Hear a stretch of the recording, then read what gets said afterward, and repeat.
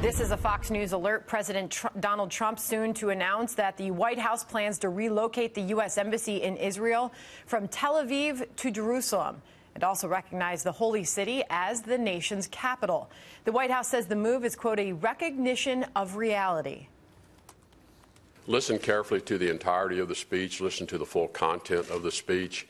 The president's very committed to the Middle East peace process. He has a team that he put in place almost immediately upon entering the White House. That team has been working very diligently on new approaches to the peace process. They've been engaged in a quiet way with many in the region around that process. Joining me now is Fox News strategic analyst Lieutenant Colonel Ralph Peters. Looking forward to getting your take. What are the implications of this move, Colonel? The implications of this move are, yes, there will be consequences. There may be violence.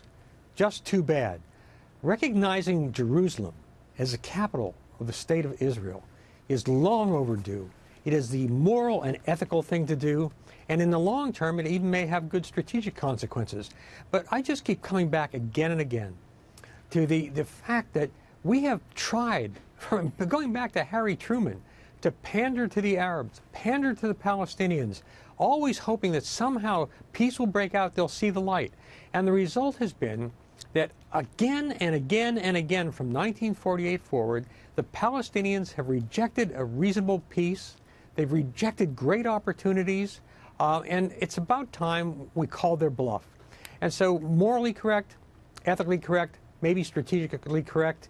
We'll see about that, but by God, this is one Trump policy I fully support. How will this impact security in the Middle East? Well, you know, we don't know. We've been propagandized on this, where if we do anything to help Israel, anything to honor Israel, anything to support Israel, the Arab world will turn on us. Look at the shambles of the Arab world. They're busy turning on each other. And yes, there may be attacks on U.S. embassies. There may be violence of other sorts. But at some point, you just have to do the right thing and damn the consequences. What will the and I think we're doing the right be thing. With our allies? They have weighed in heavily, criticizing this potential move, as it was, by the president. France, Jordan, Saudi Arabia have said avoid this. They have shared their feelings with the president on this. What are the repercussions of this with our allies? Now, what has Saudi Arabia done for us lately? With the Europeans, there are concerns. They're in a different situation with everything from economic ties to refugee concerns. So, of course, we have to take their concerns into consideration. But again, sometimes you do the right thing. And of all the allies we have, how about taking Israel's interests into concerns? I mean, Israel, I don't support every single thing the Israeli government does, but by God, anyone who spent time in the Middle East knows that Israel is a rule of law state where women have rights. It's a civilized culture where Arabs have rights as well as Jews, as well as Christians, as well as other minorities. It is the only country in the entire Middle East that any sane American would want to live in if they had to. And so I support Israel. And by the way, just for all the haters out there, no, I'm not Jewish. I'm Episcopalian. But I believe in Israel's right to exist. I believe in the magnificence of their achievement. And by God, we should support them, and this is the right move. As far as this derailing peace efforts, here's what the Palestinian Authority President Mahmoud Abbas had to say about this. He said such a move will have detrimental consequences on the peace process and the prospects for internationally endorsed two-state solution. One aspect of this we have not discussed is that the president is not expected to declare that Jerusalem must be an undivided capital of Israel.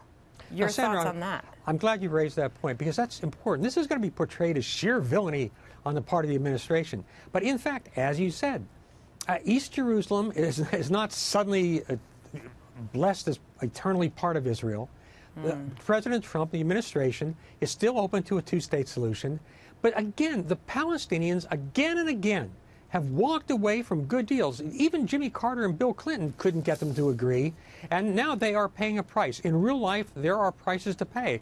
And that's really what the White House said in their statement. They said delaying the recognition of Jerusalem as the capital has done nothing to achieve peace for more than 2 decades. Yes. That's the White House take. This will not be an instantaneous process. The White House has made very clear they still have to pick a site, put security in place, put people there. So we're looking at a timeline of years out, but a huge move by this White House and the president. Colonel, thank you for coming on with us. Great move. Thank you.